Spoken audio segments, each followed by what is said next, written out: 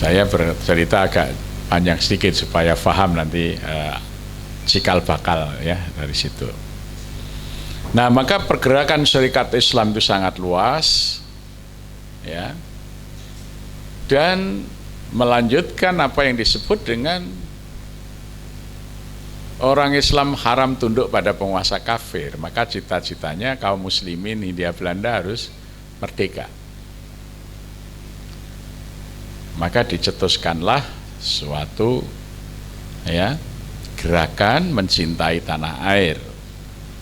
Maka kemudian di dalam Entiko yang pertama ya Syarikat Islam tahun 1913 itu mencetuskan nasionalisme adalah alat perjuangan kaum muslimin Indonesia untuk menghadapi penjajah. Maka muncullah semboyan hubbul watani minal iman.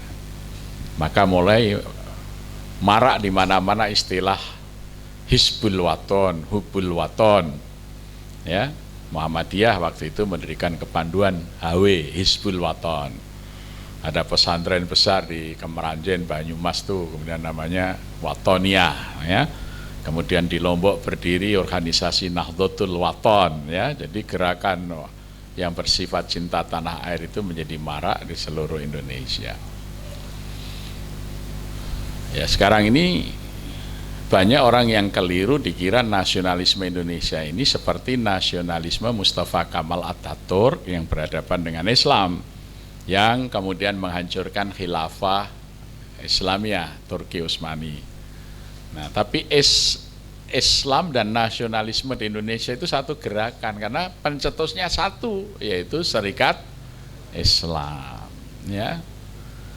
Karena tandim semboyan daripada Syarikat Islam itu sebersih-bersihnya tauhid, setinggi-tingginya ilmu, sepandai-pandai siasat, ya. Jadi itu semboyannya Syarikat Islam, sebersih-bersihnya tauhid, setinggi-tingginya ilmu, dan sepandai-pandai siasat, ya. Nah, pada tahun 1913 ini anggota Syarikat Islam yang baru didirikan 2 tahun sudah mencapai 850.000 orang di seluruh Hindia Belanda. Nah, ini luar biasa, 850.000 di masa itu, ya. Dari kalangan priayi sampai pembantu rumah tangga, ya, itu mengakar sekali. Bisa kalau Anda baca tulisan tokoh komunis Pramodya Anantatur, ya, Anda bisa membaca di Bumi Manusia bagaimana percakapan anak Bupati Tuban itu, ya, yang namanya Minke dengan pembantunya yang sama-sama aktif di Syarikat Islam. Ya, pembantunya itu aktif di Syarikat Islam dengan anak bupati yang pada waktu itu tidak mungkin terjadi di dalam struktur masyarakat Jawa. Karena gerakan Syarikat Islam ini juga melakukan gerakan kultural yang disebut ditokoi oleh Dwijo Sewoyo, namanya Jawa Dwipa. Jawa Dwipa itu adalah menghapus bahasa yang bertingkat. Jadi di dalam pertemuan Syarikat Islam itu hanya boleh 2 bahasa, bahasa Melayu atau bahasa Jawa Ngoko, ya. Sementara organisasi yang lain itu kalau nggak bahasa Belanda, kalau pakai bahasa Jawa ya bertingkat. Kalau dia yang bicara lebih tinggi, dia pakai bahasa Jawa Ngoko, tapi kalau yang lebih rendah akan pakai bahasa Jawa Kromo Inggil dan seterusnya, ya. Jadi ini menghilangkan apa yang disebut dengan status sosial, sehingga Syarikat Islam jadi gerakan egaliter, gerakan yang menghapus strata sosial, jadi didukung oleh rakyat luar biasa. Kemudian kita bisa melihat bahwa Syarikat Islam itu dengan gerakan ingin membentuk pemerintahan sendiri, ya, itu ditakuti betul oleh Belanda karena dukungan rakyat sangat kuat, ya. Maka kemudian Belanda berpikir militansi dari kelompok Islam ini harus dicarikan lawannya untuk memecah. Maka kemudian pemerintah Hindia Belanda mendatangkan tokoh Partai Komunis Belanda untuk datang ke Hindia Belanda untuk membuat gerakan yang sama-sama militan supaya gerakan rakyat Indonesia ini terpecah. Jadi komunis itu didatangkan di Indonesia untuk memecah gerakan kemerdekaan. Ya, itu awalnya begitu. Jadi didatangkan oleh penjajah. Ya, maka pemerintah Hindia Belanda mendatangkan ketua Partai Komunis Belanda, Dr. Abbars, dan juga seorang tokoh komunis Belanda, namanya Dr. Snevely. Itu didatangkan, ditempatkan di Semarang. Kenapa di Semarang? Karena Semarang ini merupakan kantor pusat Serikat Islam. Ya, jadi kalau pusatnya Serikat Islam bukan di Batavia, tetapi di Semarang. Ya.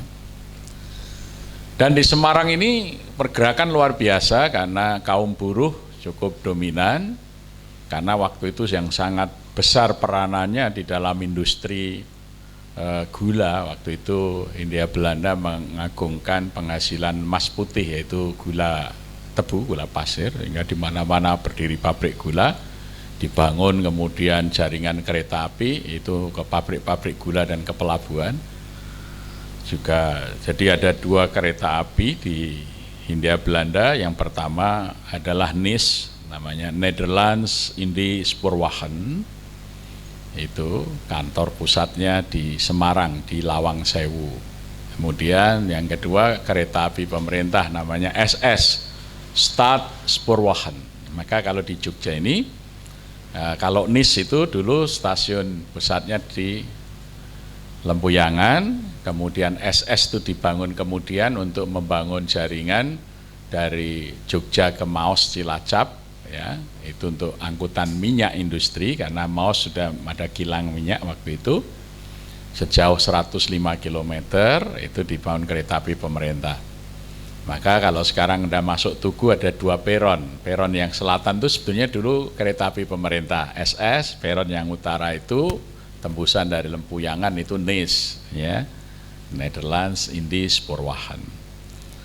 Nah, buruh kereta api ini adalah buruh transportasi yang terorganisir paling baik dan paling besar, dan pusatnya ada di Semarang.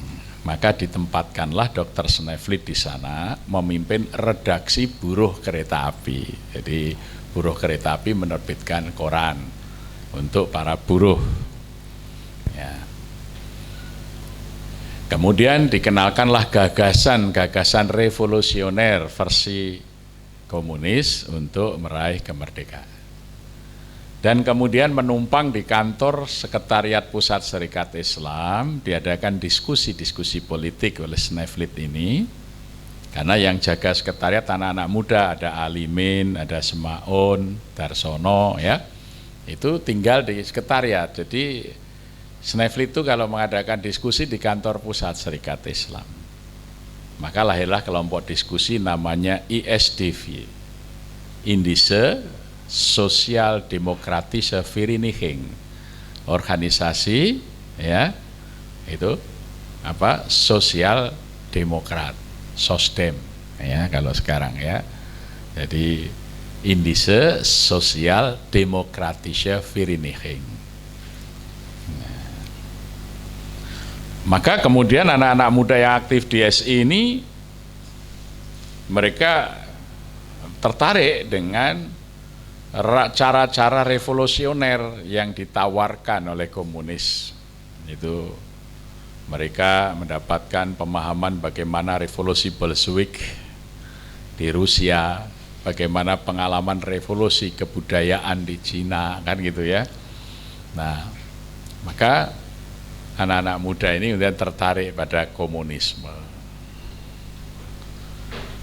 Sehingga pada tahun 1926 ketika ada Komintern, ya, pertemuan komunis internasional di Soviet, Seorang tokoh komunis Indonesia yang namanya Tan Malaka waktu itu menjadi buron pemerintah Indonesia karena tahun 1926 komunis itu melakukan aksi-aksi ya yang dianggap sebagai aksi subversi oleh Belanda, sehingga Tan Malaka melarikan diri ke luar negeri, ke Moskow, dan dia waktu konferensi Komunis Internasional mengaku namanya Maring. Dia melaporkan bahwa di Hindia Belanda ya ada organisasi Serikat Islam yang militan, anggotanya sudah lebih dari 1 juta, 30% diantaranya kader komunis aktif. Nah, jadi di dalam Serikat Islam itu 30% itu sudah menjadi kader komunis aktif. Nah, ini kita perlu tahu, karena komunis itu punya strategi namanya MKTB, metode kombinasi 3 bentuk perjuangan. Metode kombinasi 3 bentuk perjuangan, MKTB ya. Yang pertama disebut adalah bekerja intensif di kalangan musuh. Yang kedua, membangun kekuatan progresif revolusioner di pedesaan. Yang ketiga, membangun kekuatan progresif revolusioner di perkotaan. Nah, itu 3 kombinasi bentuk perjuangannya. Nah, apa yang dimaksud dengan bekerja intensif di kalangan musuh? Yaitu kader-kader terbaiknya akan ditanam di organisasi-organisasi musuhnya. Oh, ini hebatnya di situ. Ya, yang pertama adalah melakukan infiltrasi, menyusup, pura-pura menjadi anggota organisasi musuhnya itu. Karena dia memang pinter, hebat, bagus, maka dia akan bisa menebar pengaruh di organisasi musuhnya itu. Maka dia langkah kedua adalah melakukan asosiasi, menggalang di kalangan organisasi musuhnya itu yang sepaham. Kemudian yang ketiga, melakukan kontradiksi, memecah organisasi itu dari dalam. Dan yang keempat adalah kooptasi, mengambil alih pimpinan organisasi. Ya, jadi itu bekerja intensif di kalangan musuh. Ya. Nah, musuhnya komunis itu ya Islam, Angkatan Darat, kemudian nasionalis. Ya, maka PNI itu disusupi. Masuklah Insinyur Surahman, kader inti PKI, di dalam Partai Nasional Indonesia. Sehingga ketika Kongres PNI ini, PNI pecah.